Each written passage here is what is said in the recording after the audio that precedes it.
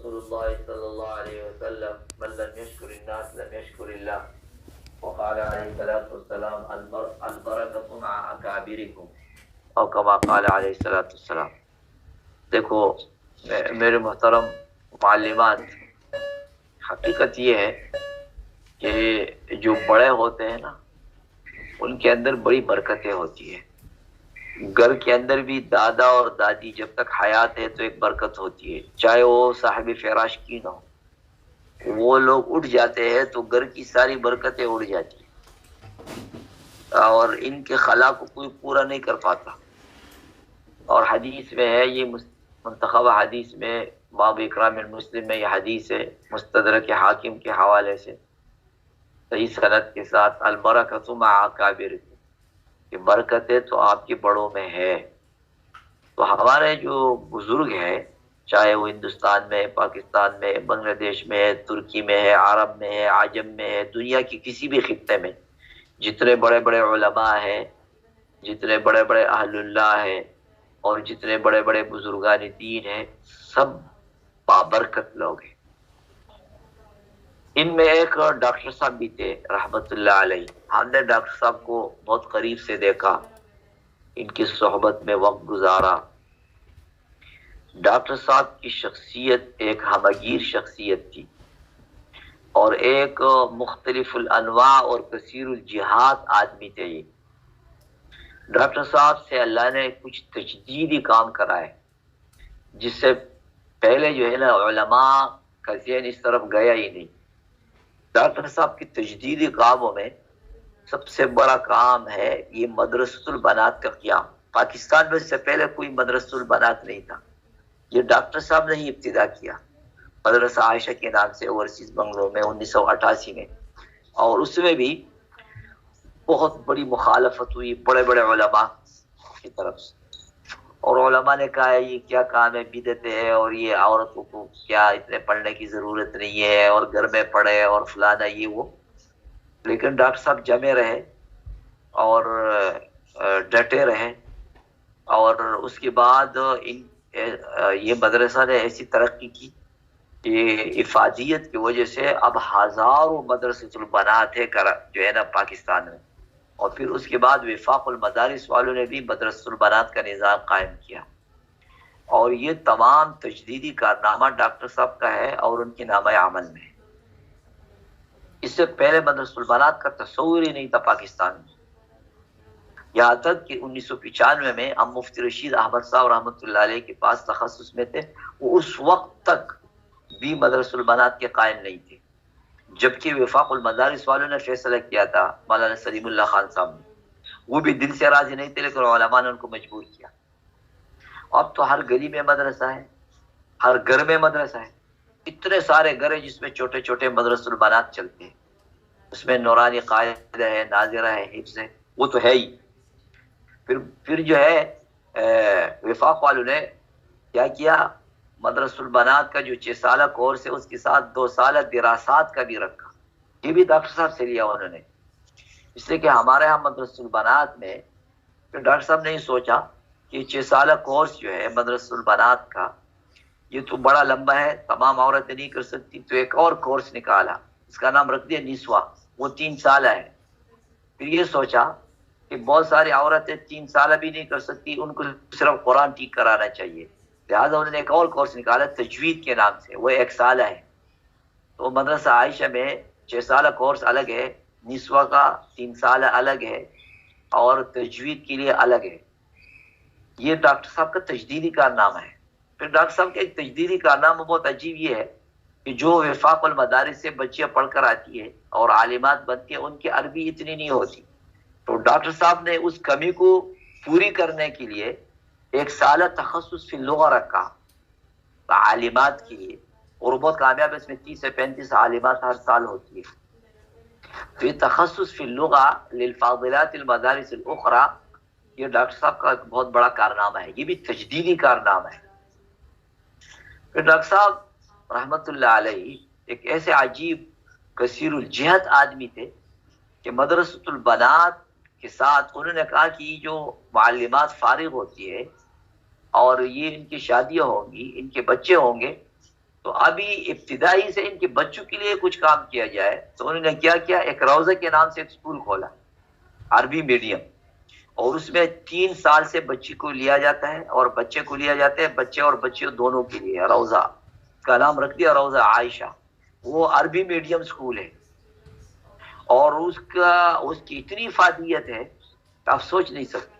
اس میں ہماری معلمات کی تمام بچیاں اور بچے پڑھ رہے ہیں۔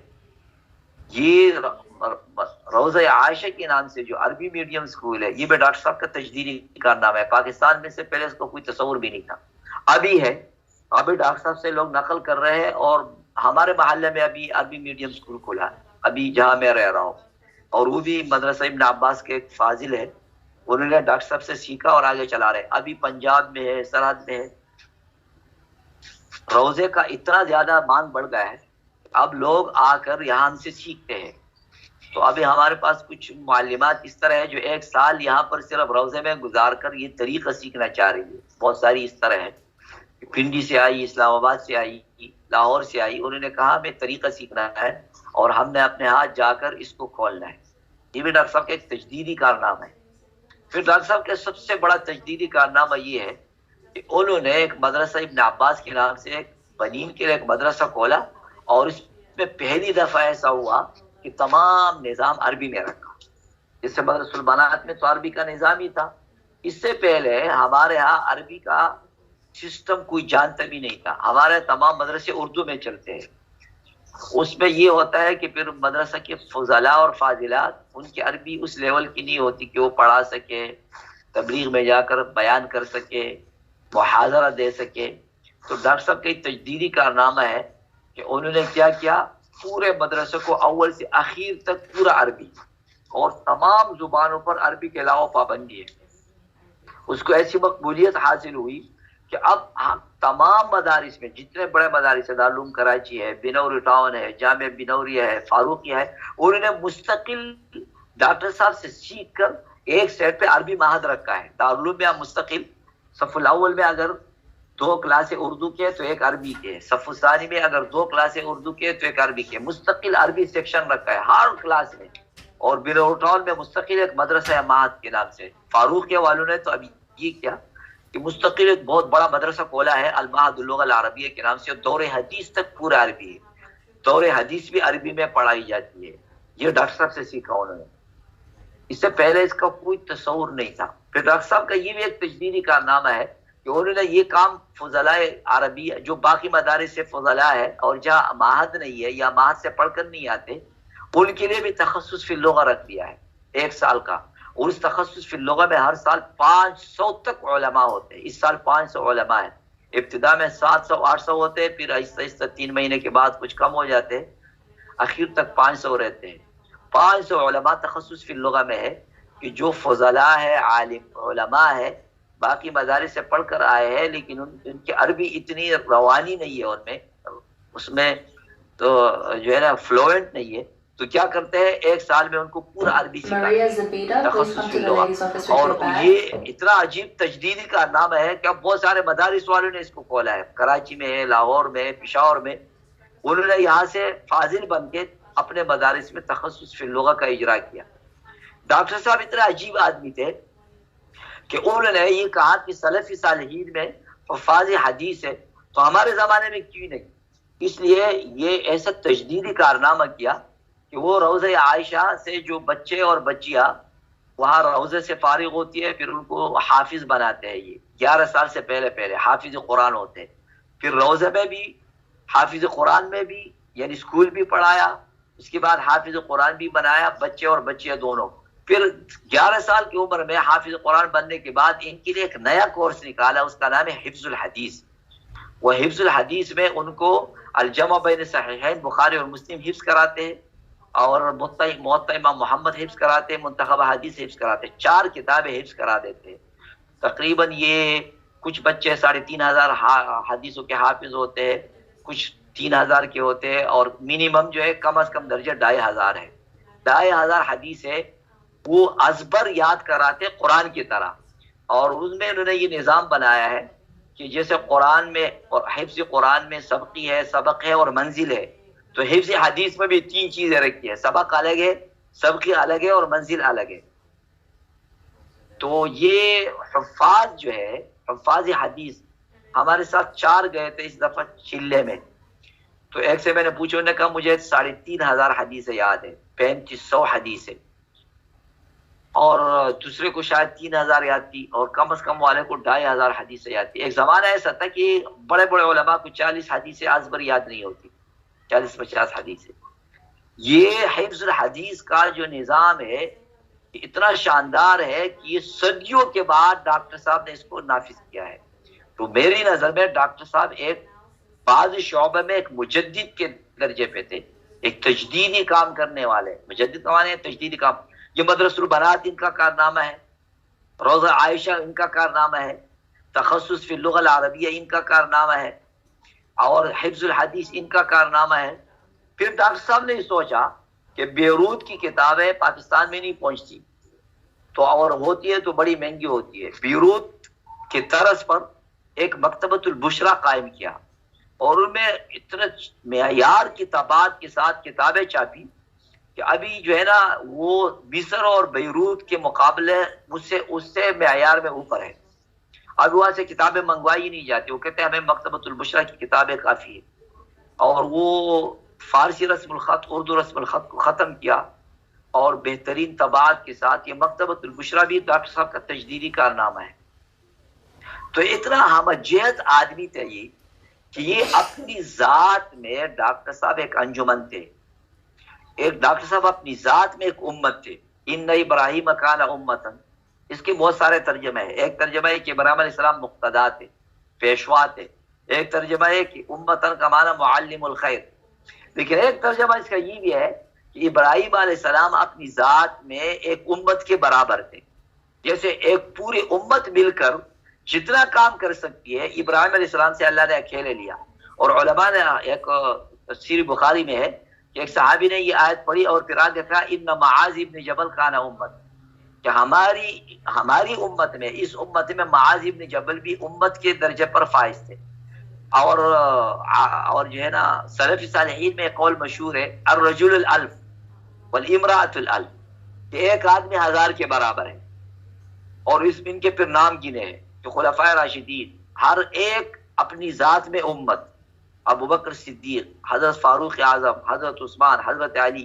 جب معاذ ابن جبل امت کے درجے میں ہو سکتے ہیں تو خلفاء راشدین کا درجہ تو ان سے اوپر ہے.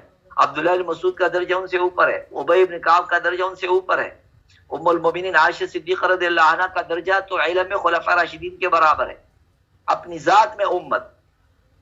تو اس امت میں ایسے ایسے علماء آئے جو اپنی ذات میں امت، یعنی امت کے برابر. امت سے مراد ایک بہت بڑی جماعت، ایک بہت بڑی پارٹی، ایک بہت بڑی انجمن کے برابر ایک آدمی سے اللہ نے کام دیا. جیسے ہمارا مولانا تقی صاحب جو ہے، اگر ایک پوری انجمن مل کر، ایک بہت بڑی جماعت مل کر جتنا کام کر سکتی ہے، مولانا تقی صاحب سے اکیلے اللہ نے وہ کام دیا. اسی طرح ڈاکٹر صاحب بھی تھے. ڈاکٹر صاحب اپنی ذات میں ایک انجمن تھے، اپنی ذات میں ایک گروپ تھے، اپنی ذات میں ایک امت تھے، اپنی ذات میں ایک جماعت تھے، اپنی ذات میں پوری ایک انجمن اور ایک پوری پارٹی اور ایک پوری جماعت اور ایک جمعیت مل کر اتنا کام نہیں کر سکتی جتنا کام اللہ نے ڈاکٹر صاحب سے اکیلے لیا.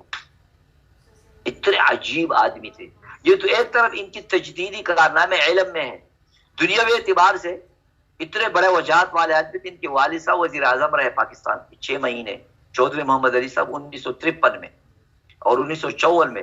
اور پاکستان کا شرعی آئین پہلے اس نے پیش کیا. اور ڈاکٹر صاحب فرماتے تھے میرے والد صاحب اتنے نیک آدمی تھے کہ وزیر اعظم کے زمانے میں بھی تہجد کے پابند تھے، اور وزیر اعظم بننے سے پہلے ہندوستان میں 4 درجے سے کتابیں بھی پڑھی تھی، تو آدھے مولوی بھی تھے. اور کہا کہ ابتدائی کتابیں میں نے ان سے پڑھی. پھر ڈاکٹر صاحب کا یہ کام کہ وزیر اعظم کے بیٹے ہونے کے باوجود پھر وہ جو ہے نا جو ہے دنیاوی اعتبار سے بہت زبردست ڈاکٹر تھے اور ہارٹ اسپیشلسٹ تھے. اور وہ اسپیشلائزیشن کیا تھا انہوں نے امریکہ سے، پھر اس کے بعد انگلینڈ کی نیشنلٹی بھی تھی ان کے پاس، امریکہ کی، لیکن جاتے استعمال نہیں کرتے تھے. برٹش پاسپورٹ تھا ڈاکٹر صاحب کے پاس، لیکن اس سے کوئی فائدہ نہیں کہ چھوڑو دفع کرو. ساری زندگی ادھر گزاری. ہاں جماعتوں میں گئے تو ہارٹ اسپیشلسٹ لیاقت ہسپتال جو ہے ان کی نگرانی میں، اور اس لیاقت ہسپتال کے اندر انہوں نے یہ نظام بنایا، تعلیم کا نظام بنایا، ڈاکٹروں پہ محنت کی، ان میں سے بہت سارے دیندار بنے. ڈاکٹر صاحب آتے تھے تو ڈاکٹر جو لیڈی ڈاکٹر ہوتی تھی وہ بھی سر پہ اسکارف پہنتی تھی کہ بھائی ڈاکٹر صاحب آ رہے ہیں. ان کی ایسی عزت تھی. سال ہر سال اس تو ڈاکٹر ہونے کے باوجود، وزیر اعظم کے بیٹے ہونے کے باوجود بڑی عمر میں علم پڑھا اور پورا پڑھا. انفرادی طور پر 6 درجے پڑھے، پھر آخری 2 درجے موقوف علیہ اور دور حدیث صف الصحابہ اور صف الثامن مستقل طور پر بھی نیوٹاؤن میں پڑھا، وہاں سے سند بھی. پھر اس کے بعد حافظ بھی بنے. تو ڈاکٹر صاحب عالم بھی تھے، ہارٹ اسپیشلسٹ بھی تھے، حافظ بھی تھے، اور اسی کے ساتھ ساتھ تبلیغ کے بڑے بزرگوں میں تھے. اتنے پائے کے بزرگ تھے کہ تقریباً سال کے سفر ان کے ممالک میں ہوئے، 7 مہینے کے ہوئے. شاید 6 بر اعظم میں کوئی بر اعظم ایسا نہیں ہے جس میں ڈاکٹر صاحب کے بہت سارے سفر نہ ہوئے ہو. کتنی دفعہ وہاں آسٹریلیا ہے، بلکہ آسٹریلیا میں یہ دارالعلوم جو ہے ان کی بنیادوں میں ڈاکٹر صاحب ہے. یہ ابتدا میں حافظ منیر کے ساتھ، شیخ معتز کے ساتھ ڈاکٹر صاحب بھی تھے، بلکہ ابتدائی ڈائریکٹر ڈاکٹر صاحب تھے، اور پہلے وہ آتے تھے. انہوں نے یہ نظام بنایا. مولوی عمر فاروق صاحب کو لے کر گئے، اور مدرسۃ البنات جس میں استاد رابعہ اور آپ لوگ پڑھاتی ہو، اس کا نظام ڈاکٹر صاحب نے بنایا ہے مدرسہ عائشہ کی ترتیب پر. اور یہ مدرسہ عائشہ کی شاخ سمجھی جاتی تھی اور ابھی بھی شاخ سمجھی جاتی ہے. تو انہوں نے کیا، پھر بعد میں جب زیادہ بوڑھے ہو گئے تو حافظ منیر صاحب سے کہا کہ میں سفر نہیں کر سکتا، اگر کوئی اہم مشورہ ہو تو مجھ سے لے لیا کرو، باقی میں جا نہیں سکوں گا، آپ یہ ڈائریکٹ کرو. پھر اس کے بعد انہوں نے حافظ منیر کو ورنہ ڈاکٹر صاحب ابتدا میں اس پورے اسکول دارالعلوم کالج کے ڈائریکٹر وہ رہے، اور مدرسہ کے ڈائریکٹر اور بڑے جو ہے وہ رہے رحمت اللہ علیہ. پھر ڈاکٹر صاحب نے یہ کمال کیا کہ انہوں نے اپنے ایک بھانجی کو تیار کیا استاذہ ساجدہ کے نام سے. اس عورت سے خدا نے اتنا کام لیا کہ عورت، یعنی میں حیران ہوں، حالانکہ وہ بہت کم عمر میں وفات ہو گئی، ان کی 60 سال بھی پوری نہیں، تقریباً 60 سال. 2 سال پہلے بیچاری کا انتقال ہوا، اور اس کے انتقال سے مدرسہ عائشہ میں ایسی خلا ہے جو ابھی تک کوئی پورا نہیں کر پایا. ڈاکٹر صاحب نے اس پہ ایسی محنت کی. بڑے بڑے علماء، مولانا انور بدخشانی، مولانا عبدالرشید نعمانی، مولانا تقی صاحب کا شاگرد بنایا ان کو. وہ براہ راست مولانا تقی صاحب کی شاگرد تھی، اور براہ راست مولانا انور بدخشانی کی شاگرد تھی، براہ راست مولانا عبدالرشید نعمانی کی شاگرد تھی. انہوں نے پھر ان طالبات کو جو ہے نا ان کی ایسی ٹریننگ کی کہ جب میں آیا اس وقت میں وہ حیات تھی. 1 سال تک ان کی تعلیل تھی، کبھی کبھار آتی تھی، کافی علیل رہی بیچاری. تو ان کے آنے سے مدرسے میں ایک رونق آتی تھی. اور ایک عجیب جو ہے خاتون تھی وہ، انہوں نے بہت سارا کام کیا. لسان القرآن کی نگرانی میں ہوا. خود جو ہے بیع العینہ پر ایک کتاب لکھی ہے، مولانا تقی صاحب نے اس پہ تقریر لکھی ہے، اور کہا کہ میں نے اس کو حکم دیا، کہا کوئی مرد اس طرح کتاب نہیں لکھ سکتا جو اس نے لکھی ہے. میں نے پوری وہ کتاب پڑھی، میں حیران ہوا کہ ایسی تحقیق کے ساتھ کوئی کام نہیں کر سکتا جو استاد ساجدہ نے کیا رحمت اللہ علیہ. یہ ڈاکٹر صاحب کے نام عمل میں ہے، لیکن ڈاکٹر صاحب سے پہلے ہی فوت ہو گئی 2 سال پہلے. کل ہم نے ڈاکٹر صاحب کو جہاں دفنایا ہوا استاد ساجدہ کی قبر بھی ہے، اور ڈاکٹر صاحب کے والد کی قبر ہے، والدہ کی ہے، ایک ہی احاطے میں سب. تو میں حیران ہوا کہ ڈاکٹر صاحب جو ہے دنیا میں بھی ایک ساتھ رہے استاد ساجدہ کے ساتھ، قبر بھی ایک ساتھ بنی. تو وہ جو ہے انہوں نے تبلیغی محنت میں اتنا بڑا کام کیا کہ پھر آخر عمر میں ریوڑ میں 10 دن دیتے تھے ہر مہینے میں، جب تک بیمار نہیں تھے. اور تبلیغ کا اللہ نے اس سے اتنا بڑا کام لیا کہ بہت کم لوگ ایسے ہوں گے. میں اگر پورے دن بولتا رہا ہوں نا، پورے دن، تو ڈاکٹر صاحب کے کارنامے پورے نہیں ہوں گے. میں نے صرف خلاصہ آپ کو بتایا، صرف ایک بات بتانے کے لیے. وہ بات کیا ہے؟ وہ یہ ہے کہ ہم اپنی بزرگی کی قدر کریں. میں نے صرف اس لیے کیا، اگر میں تعریف کروں بھی تو میری تعریف سے ڈاکٹر صاحب کا کوئی درجہ بلند نہیں ہوگا، اور نہیں ان کے کوئی، لیکن میں نے صرف اس لیے بتایا کہ اللہ والے لوگ جو ہیں ہم ان کی نقش قدم پر چلنے کی کوشش کریں. ہم بھی تجدیدی کارنامے سوچیں کہ میں اس مدرسے میں پڑھانے کے علاوہ کیا کیا کام کر سکتی ہوں، میں تبلیغ کے میدان میں کیا کر سکتی ہوں. استاد ساجدہ کو سامنے رکھیں. جب تک وہ حیات تھی ہم مدرسہ دارالعلوم کالج میں تھے، استاد رابعہ کو یاد ہے، ہم وہاں پر بھی ان سے مشورے لیتے تھے.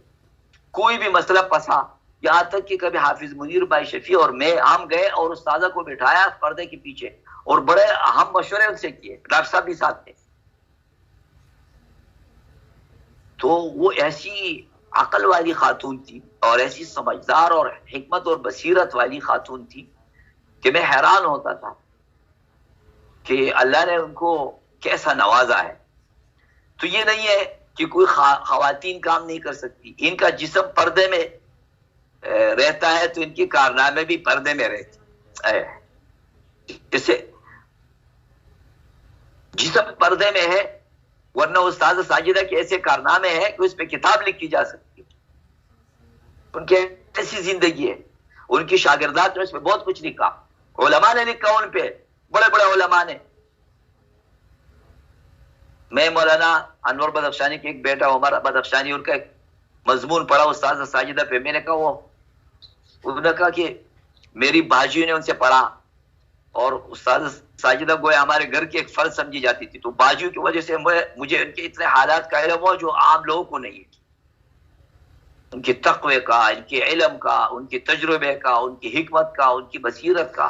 میں نے یہ آپ کے سامنے اس لیے رکھا کہ آپ تجدیدی چیزوں کو سوچو کہ بھائی اس مدرسے میں ہم کیا اور بہتری کر سکتے ہیں، ہم اس مدرسے کے علاوہ اور کیا کیا تجدیدی کام کر سکتے ہیں آسٹریلیا میں. اس لیے ڈاکٹر صاحب کا روضہ، ڈاکٹر صاحب کا حفظ الحدیث، ڈاکٹر صاحب کا تبلیغی میدان، ڈاکٹر صاحب کا ایڈل کورس جس کو نسوہ کے نام سے، اس میں 3 سالہ بھی ہے، 1 سالہ تجوید کا بھی ہے، وہ بھی ہے. اچھا پھر جو ہے نا ڈاکٹر صاحب کا طبی نبوی میں انہوں نے اس کو فروغ دیا، اور فروغ دینے میں طبی نبوی پر مستقل وہ ترغیب دیتے تھے. حبۃ السودا، کلنجی، شہد اور سنا مکی، اور یہ تمام طبی نبوی کو انہوں نے اتنا فروغ دیا، پوری دنیا میں ڈاکٹر صاحب کی برکت سے طبی نبوی کو فروغ ملا. اور حجامہ مستقل سکھایا جاتا ہے. حجامہ ڈاکٹر صاحب کا ایک تجدیدی کارنامہ ہے، خود سیکھا پھر سکھایا، خود کرتے تھے، ہر ایک کو ترغیب دیتے تھے، حجامہ پہ کتاب لکھی.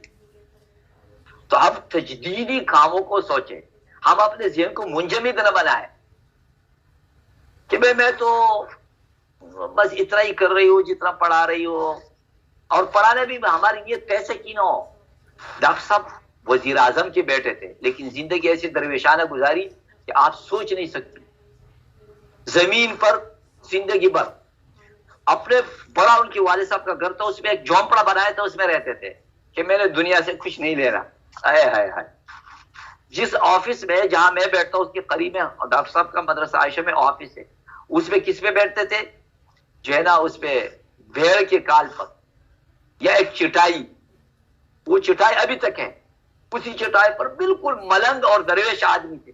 آپ کو لگتا نہیں تھا کہ ہارٹ اسپیشلسٹ ہے، کبھی نہیں لگا کہ برٹش پاسپورٹ رکھنے والا ہے، کبھی یہ نہیں لگا کہ اتنے بڑے عالم ہے، کبھی یہ نہیں لگا کہ وزیر اعظم کا بیٹا ہے. اتنے ملنگ آدمی تھے کہ زندگی بھر میں نے کسی کو اتنا فقیرانہ اور درویشانہ زندگی والا نہیں دیکھا. اپنا گھر نہیں بنایا، والد صاحب کے گھر میں زندگی بھر رہے، کہتے ہیں یہ میرا گھر تو نہیں، والد صاحب کا ہے. حالانکہ دنیاوی بڑی وجاہت اللہ نے دی. اتنے بڑے بڑے لوگ جنازے میں ایسے لوگ آئے، میں حیران ہوا.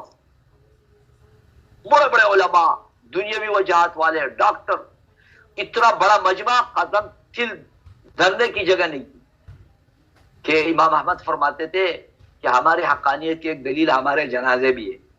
یہ میں نے دیکھا، مفتی رفیع صاحب کا جنازہ، ڈاکٹر عبدالرزاق اسکندر کا، ڈاکٹر صاحب کا، اور امام احمد رحمۃ اللہ علیہ اتنے بڑے بزرگ تھے کہ ان کی جنازے کے دیکھنے پر 20,000 غیر مسلم مسلمان ہوئے. جو آدمی اتنے متقی پرہیزگار ہو، ہماری دعوت سے 20 آدمی ابھی تک مسلمان نہیں ہوئے، ان کی جنازہ کے دیکھنے پر 20,000 مسلمان ہوئے، تو ان کا اللہ سے کتنا بڑا تعلق ہوگا، کتنے راتوں کو روئے ہوں گے. اچھا ڈاکٹر صاحب پھر جو ہے نا تبلیغی بزرگوں کے ساتھ ساتھ تقوی کے اعلیٰ درجے پر فائز تھے. فقیرانہ زندگی، درویشانہ، زاہدانہ، حلال حرام میں اتنا احتیاط کرتے تھے کہ کہتے تھے ابن عباس اور مدرسہ عائشہ میں 1 پیسہ حرام کا نہیں لگا. ہر کسی سے مطبخ میں کچھ قبول نہیں کرتے تھے، چندے نہیں لیتے. اور اگر کسی نے بہت زور لگایا تو اس کی تحقیق کرتے تھے، کہتے میں استخارہ کرتا ہوں کہ اس کا مال حلال ہے حرام ہے، اگر حرام ہے میں نہیں لیتا، مشتبہ ہو تو بھی نہیں لیتا. بڑے بڑے لوگوں کے پیسے ٹکرا دیے. اور ہمارے ایک یہاں پر استاذہ جانتی ہے کہ ڈاکٹر صاحب کے قدیم جو ہے نا اس میں ابتدائی کام کرنے والے میں مفتی عبداللہ کلام تھے، مولانا فاروق شاہ صاحب تھے، مولانا عمر فاروق صاحب ہیں، مولوی عبد القادر ہے، مولانا بلال ہے. ان میں سے 2-3 تو فوت ہوئے، اور مولانا عمر فاروق صاحب بھی بہت ضعیف ہو گئے ہیں، بہت کمزور ہو گئے. کل بھی جنازے میں نہیں آ سکے، کافی دنوں سے نہیں آ رہے ہیں، ہسپتال میں ہوتے ہیں. 2 سال سے وہ بھی بیمار ہے بیچارے. اللہ ہی جانے مدرسہ عائشہ کو کیسی نظر لگ گئی ہے. تو وہ جو ہے ہوا یہ کہ وہ فرماتے تھے کہ ہم نے ڈاکٹر صاحب کو سفر اور حضر میں دیکھا، رات کو 3 بجے اٹھنے کا معمول. یہاں ہمارے ایک عام مولوی صاحب کہنے لگے یار اس بوڑھے کو دیکھو، 80 سال سے اوپر عمر ہے، اور میں نے دیکھا کہ 12 بجے سوئے اجتماع کے میدان میں اور 3 بجے اٹھے اور لکڑی کی طرح صبح تک کھڑے رہے. ایسے متقی اور پرہیزگار آدمی تھے، چہرے پہ نور تھا. اور موت کیسی آئی؟ یوم الاثنین، باب موت یوم الاثنین. بخاری میں ایک باب ہے کتاب الجنائز میں، باب موت یوم الاثنین. یوم الاثنین کی موت کی فضیلت ہے جیسے یوم الجمعہ کی ہے. تو یوم الاثنین کی رات کو بعد غروب آفتاب فوت ہوئے، یوم الاثنین کو دفنائے گئے، جنازہ ہوا، دفنائے گئے. ایک یہ فضیلت حاصل ہوئی، سکرات الموت میں 1 گھنٹے تک مسلسل کلمہ کا ورد کرتے رہے. اوہ، ہمارے 2-3 دوستوں نے کام دروازے پہ کھڑے تھے، جس خوبصورتی کے ساتھ یہ آدمی کلمہ پڑھ رہے تھے، لا الہ الا اللہ، لا الہ الا اللہ. اور آخر میں ماسک خود اتارا اور اپنے کو ایسے کیا جیسے بالکل کوئی تیار ہو رہا ہو، اور کلمہ پڑھتے پڑھتے دنیا سے رخصت ہوئے. چہرے پہ ایسا نور تھا کہ زندہ آدمی کے چہرے پہ نہیں ہوتا. تو ایک کام ہمارے ذمہ کیا ہے، ہم ڈاکٹر صاحب کو اپنا اسوہ اور قدوت تھے، ہم اس کو بنائیں. ان کی تجدیدی کارناموں کو یاد کر کے آپس میں مذاکرہ کر کے کچھ کام کریں. دوسری گزارش یہ ہے کہ ڈاکٹر صاحب کے درویشانہ زاہدانہ زندگی سے سبق لیں، ان کے تقوی کو اپنائے، ان کی زہد کو اپنائے، ان کی ملنگی کو اپنائے. یہ دنیا کے ساتھ محبت کرنا اور بڑے بڑے گھر بنانا کوئی کمال نہیں ہے، اس سے آدمی بڑا نہیں ہوتا. ڈاکٹر صاحب بڑے تھے تقوی اور علم کی وجہ سے. اس کے نام سے بہت کم لوگ جانتے ہیں کہ ہارٹ اسپیشلسٹ ہے، اور اس سے بہت کم لوگ اس کے جنازے پہ کوئی اس نسبت سے نہیں آیا کہ ہارٹ اسپیشلسٹ تھے، اس نسبت سے نہیں آیا کہ وہ وزیر اعظم کے بیٹے تھے، اس نسبت سے آئے کہ اللہ والے تھے، اللہ والے بنے. وہ اس نسبت سے لوگ آئے. ان کو کسی کاتے میں لوگوں نے ان کی ڈاکٹری کو نہیں شمار کیا، ان کے علم کو، تقوی کو، حفظ کو، تجدیدی دینی کارناموں کو. تو سارا مدرسہ یتیم ہو گیا. کل پرسوں سے ایسا لگ رہا ہے جیسے اندھیرا چھا گیا ہو، دل نہیں لگ رہا کہ کیا ہوگا. مدرسہ ابن عباس اور پھر مدرسہ ابن عباس کی شاخیں، مدرسہ عائشہ کی 20 سے زیادہ شاخیں ہیں، ان کا کیا ہوگا. اور تو بہرحال ایک تو یہ ہے کہ ہم ان کو قدوہ جیسے تھے موت کے بعد بھی رکھیں. دوسری بات، ان کی تجدیدی کارناموں پر غور کر کے کچھ کام کریں. تیسری بات وہ یہ ہے کہ ہم اس مدرسہ کے لیے دعا کریں کہ اللہ ان کو نعم الخلق کوئی دے دے. جو چوتھی بات، ڈاکٹر صاحب کے لیے اصال ثواب کر لیا کریں، ختم قرآن 70,000 دفعہ، کلمہ شریف کا ورد، اس لیے کہ ڈاکٹر صاحب ہمارے محسن تھے. میں نے کہا آپ کے مدرسے کا بانی بھی وہ ہے، اس لیے جو لوگوں کا احسان اور شکر نہیں ادا کر سکتا تو خدا کا بھی شکر ادا نہیں کر سکتا. من لم یشکر الناس لم یشکر اللہ. اس لیے ہم ڈاکٹر صاحب کو کہیں جزاک اللہ خیر، کہ اللہ ان کو ہماری طرف سے جزائے خیر عطا فرمائے. ان کے کارناموں کا نعم البدل اللہ تعالیٰ بہترین صلہ عطا فرمائے. قبر میں بھی قبر ان کا جنت کے باغیچے میں سے ایک باغیچہ بنا دے، جنت الفردوس میں انبیاء علیہ السلام اور صدیقین اور شہداء اور صالحین کے رفاقت نصیب عطا فرمائے. تو ایک ہم ان کے لیے اصال ثواب کا اہتمام کریں، ایک ان کی تجدیدی کارناموں کی پیروی کریں، ایک ان کی تبلیغ اور تقوی اور درویشانہ زندگی کی پیروی کریں، ان کے مطابق ان کی اتباع کریں، ایک ان کے لیے اصال ثواب کریں. زندگی بھر جب بھی یاد آئے ان کے لیے دعا کریں کہ یا اللہ ان کو نعم البدل، بہترین صلہ عطا فرما، بہترین بدلہ عطا فرما، بہترین جزائے خیر عطا فرما ہماری طرف سے، کہ ہم ان کے احسانات کا بدلہ نہ دے سکتے. اور استاد ساجدہ کی بھی دونوں کو ذہن میں رکھیں. اس سے اللہ نے بڑا کام لیا. وہ بھی ڈاکٹر صاحب کا کارنامہ کہ اپنی اس بانجی کو اس نے کس انداز میں تیار کیا. ان کی والدہ ابھی تک حیات ہے, بیچاری دنیا سے چلی گئی.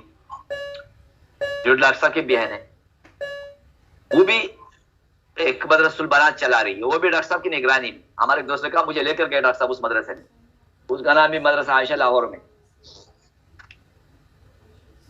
تو وہ جو ہے ہم ڈاکٹر صاحب ہمارے رول ماڈل اور آئیڈیل ہے, ہم اس کو آئیڈیل ہی رکھیں. ان کے تقوی, ان کا توکل, ان کا زہد, ان کے درویشانہ زندگی, ملنگ آدمی. اور تبلیغ میں جو ان کا مقام ہے اس کی بھی ہم اتباع کرنے کی کوشش کریں. ہم کر تو نہیں سکتے, کوشش کریں. اس کے ذریعے میں ہم نہیں بچ سکتے, لیکن ہم کوشش کر سکتے. کوشش کریں, نیت کریں, ان کے تجدیدی کارناموں کو سوچ کر کچھ کام کریں, اور اس کے ساتھ ساتھ ان کے احسان مند رہیں.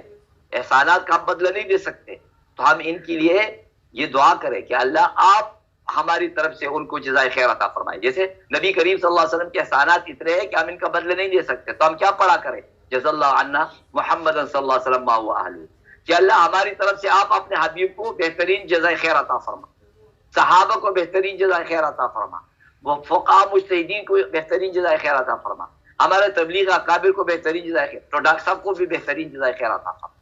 ایک یہ کریں, اور اس کے ساتھ اصال ثواب کا اہتمام کریں. ان کے لیے ہمیشہ دعا, جب بھی یاد آئے 3 دفعہ قل هو الله احد, ایک قرآن کے برابر ہے, 3 دفعہ قل هو الله احد پڑھ کر ان کی روح کو بخش دے, اور ساتھ پھر دعا مانگ.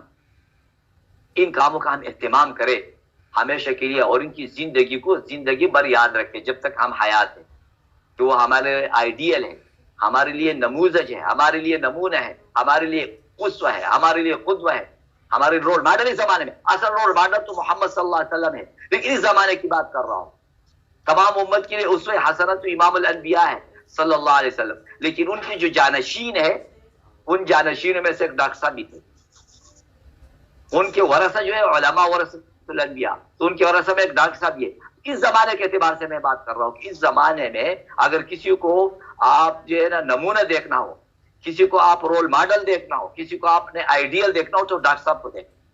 ہم جہت آدمی تھے, ہم جہت, مختلف نوع کارنامے اس نے کیے, اور مختلف نوع تجدیدی کارنامے کیے, اور لمبی عمر پائی. حدیث میں آتے ہیں سب سے مبارک مسلمان میری امت میں وہ ہے من طال عمر و حسن عمل. اس کے مصداق حاجی عبدالوہاب صاحب تھے, اس کے مصداق ڈاکٹر عبدالرزاق اسکندر تھے, اس کے مصداق مفتی رفیع صاحب تھے, اور ان کے مصداق مولانا سید عبدالحسن علی ندوی تھے. ان کے مصداق ترک کے ایک شیخ محمود افندی تھے, اور اس حدیث کے مصداق ڈاکٹر صاحب تھے.